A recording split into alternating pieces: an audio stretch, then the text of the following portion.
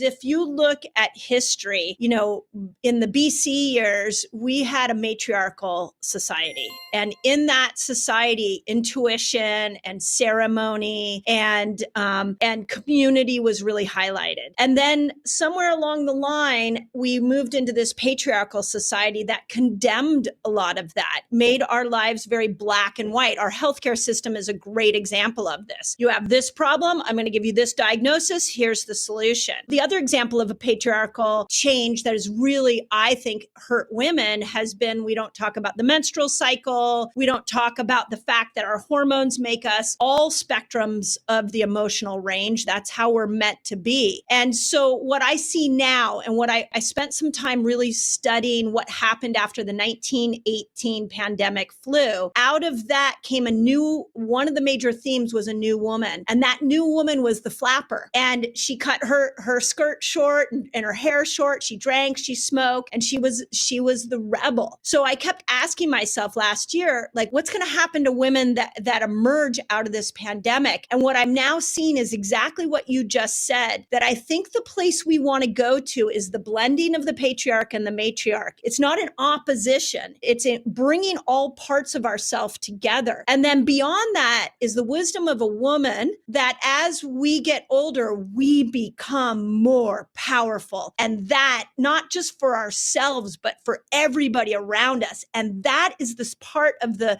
menopausal journey that is not being expressed. And I will tell you that I sit in my power now at my age, and I love it. But it took me understanding that I'm going to be blending the feminine with the masculine, and that as I move through this hormonal change for myself, I'm more powerful than ever based off of the changes that are happening to me within my feminine body. So I'm curious your thoughts on that. And I'm really looking to rebrand this process for women, because it's not, we're looking at the wrong thing. We're looking at the wrinkles on our face. We're still looking at, for a lot of women in their 50s and 60s, they're still looking at the number on the scale. And I feel like there's an opportunity for us to step into the greatest moment of our life if we start to dive into conversations like this. Yeah. I mean, again, it's the relationship that we have to adversity that is at the core of the,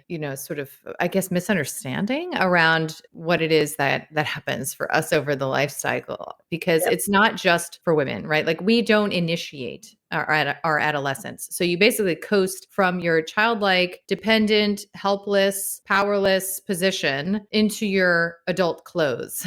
And there's no actual transition where you meet with strategically imposed adversity with the support of the elders in a community who are gazing upon you, connecting to your higher capacity so you can step into it beyond this too small frame of your child consciousness. That doesn't occur, right? So all of the ensuing experiences that we might have are going to be based on maintaining this illusion of control, because we don't have that sense of, oh, I'm an adult now, right? Like, I am not that kid who is helpless.